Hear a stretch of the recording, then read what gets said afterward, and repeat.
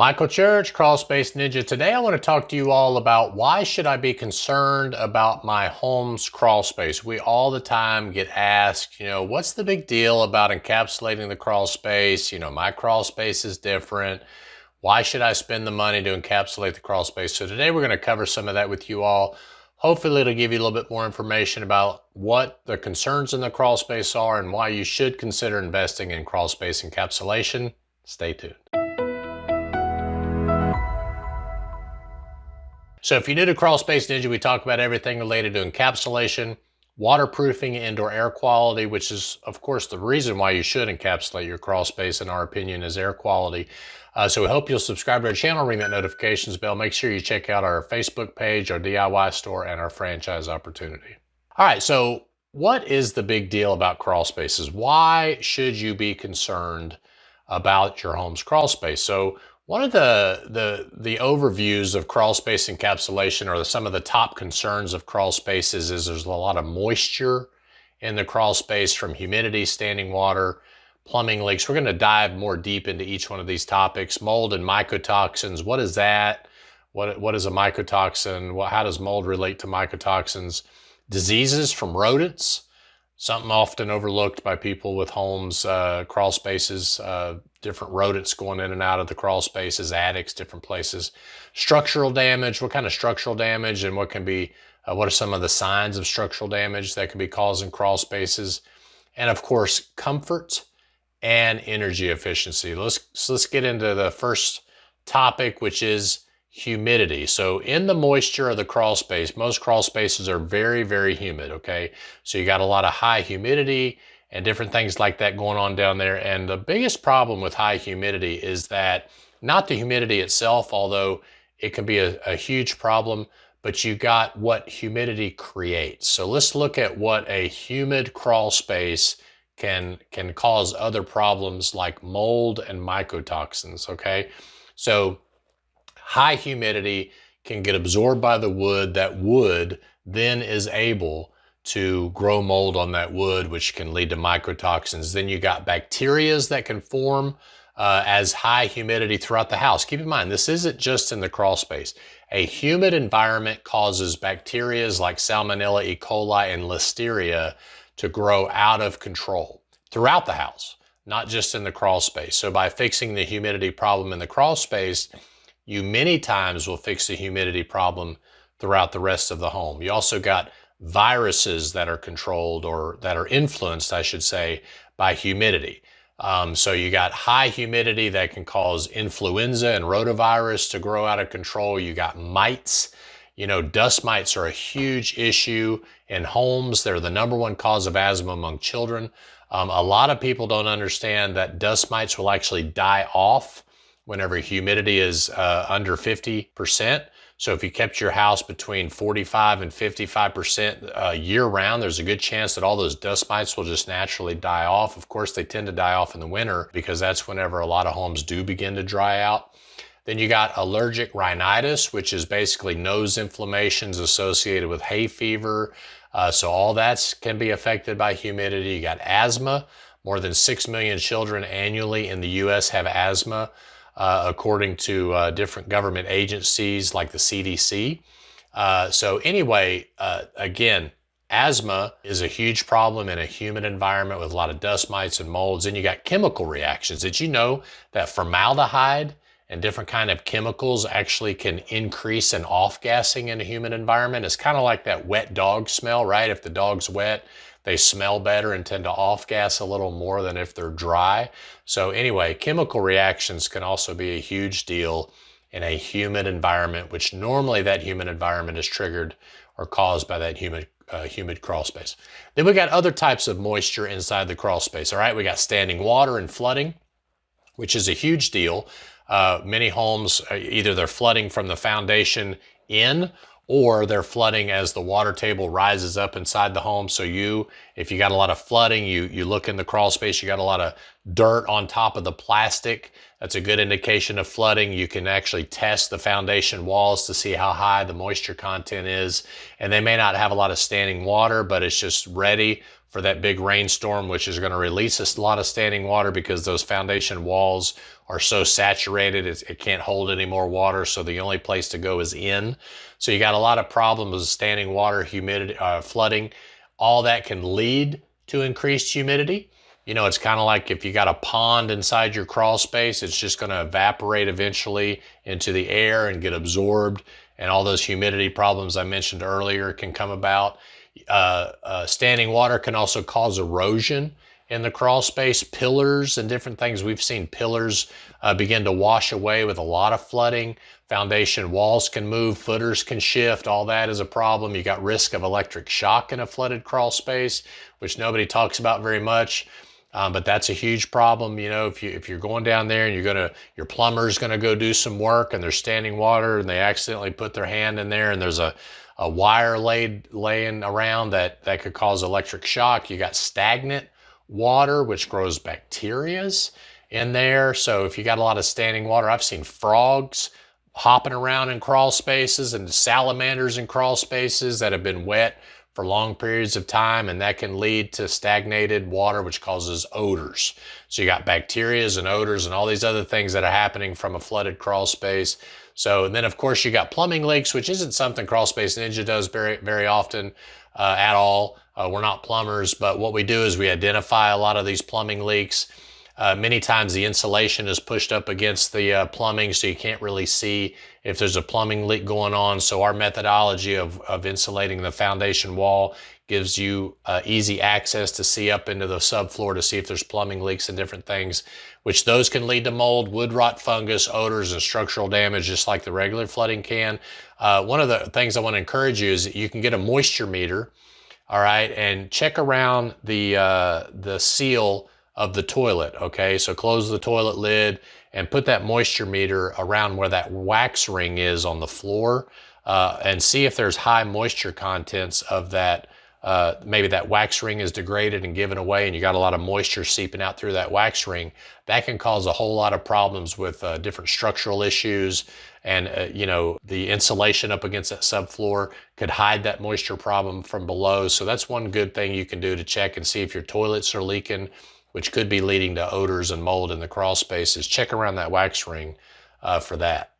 All right, so let's get into mold and mycotoxins real quick. A mycotoxin, I'm gonna read this. This is some great information that I pulled from the internet, but basically a mycotoxin is a toxic secondary metabolite, which, you know, I apologize, I'm not good at speaking smart words.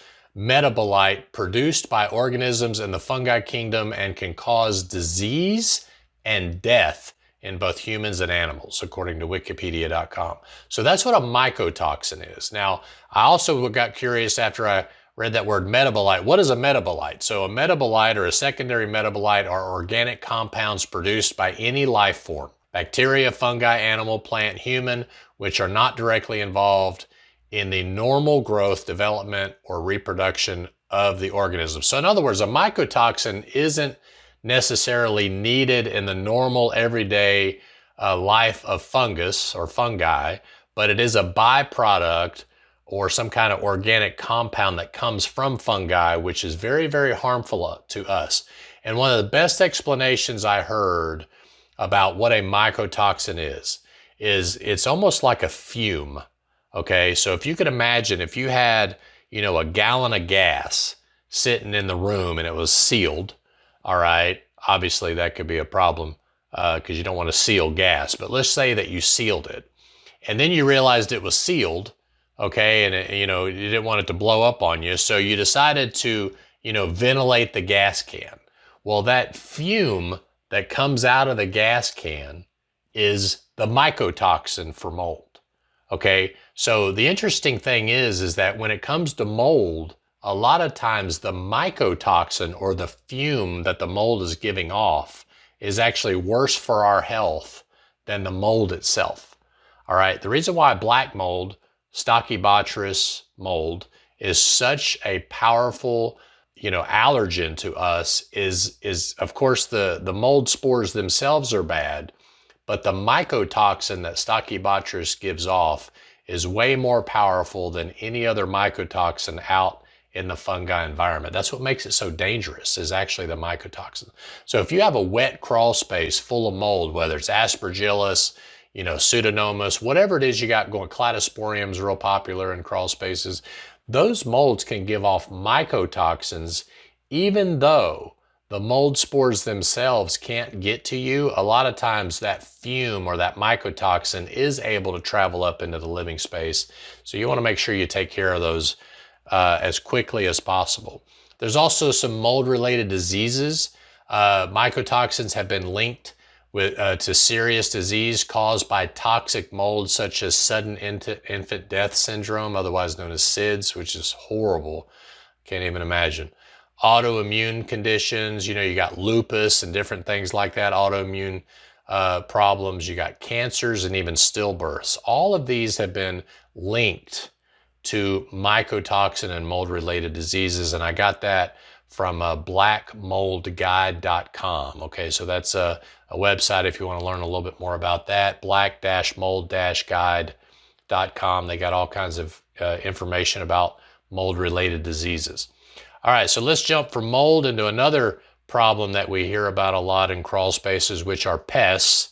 And no pest is more eerie than the rodents, right? So again, I didn't want to cover all pests. I just picked rodents, particularly small field mice. We've seen rats, like sewer rats in crawl spaces. So other diseases from rodents are leptospirosis. All right, so that's apparently a really bad one that's hard to pronounce. Without treatment, leptospirosis can lead to kidney damage, meningitis, which is inflammation of the membrane around the brain and spinal cord, liver failure, respiratory disease, and even death. That's one of the problems that can come from a rodent. And then you got plague. Did you know there's 3 different kinds of plague? I didn't. I thought bubonic plague was the only kind of plague, but there's 3. So you got bubonic, symptomatic, and pneumonic plagues. So anyway, those are 3 problems that rodents can carry. You got salmonellosis, which is, I believe, also known as salmonella. So they can carry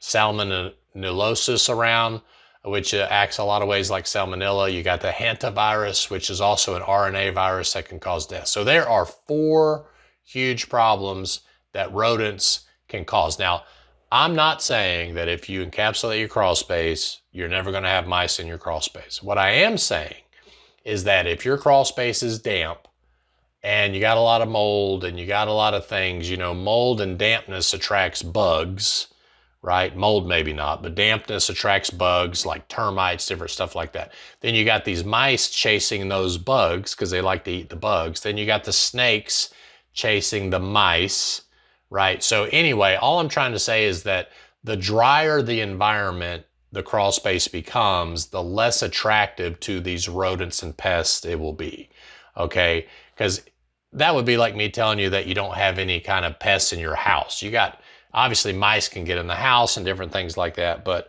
what I'm trying to say is that crawl space encapsulation can help divert those rodents and pests away from your home because it's not an attractive living environment for them. All right, so let's talk about structural damage.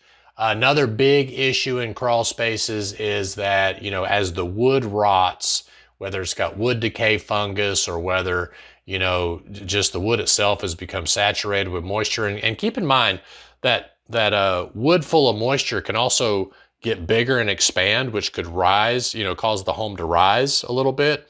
And then as it dries out, it settles back down. Okay, so wood decay fungus basically eats the lignin inside of the wood, which is kind of like its skeletal system, which causes the wood to collapse.